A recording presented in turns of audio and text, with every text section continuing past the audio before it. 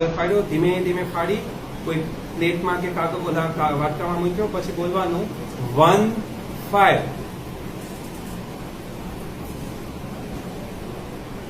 1 4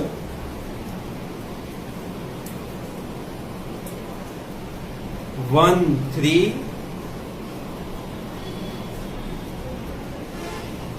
1 2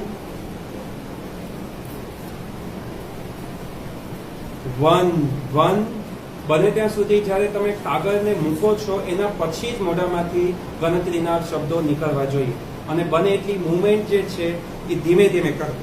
ધીમે ધીમે કાગળ ફાડવાનો, ધીમે ધીમે કાગળને વાટકામાં મૂકવાનો અને ધીમે ધીમે વાટકામાં મૂક્યા પછી જે છે મોઢામાંથી શબ્દો નીકળવાનો. બને ત્યાં સુધી ઝડપ ઓછી થવાની. બરાબર છે? 1 0